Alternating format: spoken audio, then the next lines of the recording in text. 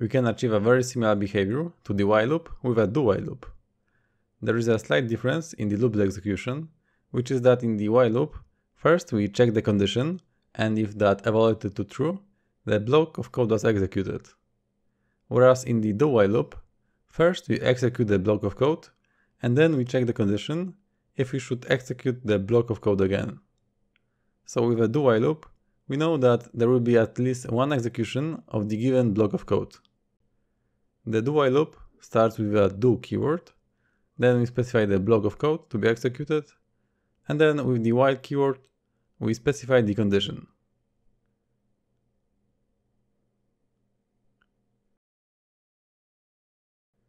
We can use the do-while loop for any purpose.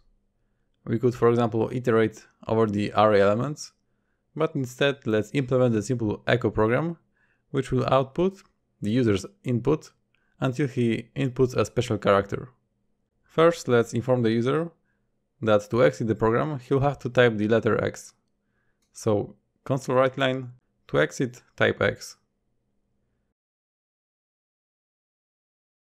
Then you can create a variable to store the user's input, so string user input, and in the loop body we'll read the user input from the console.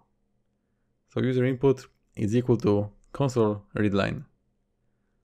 And now we'll write it out to the console as console write line echo user input.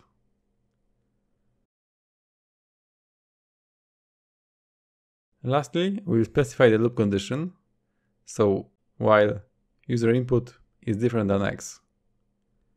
Let's start the program and see a do-while loop in action. I will type hello from the inside, and as you can see, our program is still running. Let's type X to exit. Now the expression evaluated to false, so we exit from the do-while loop.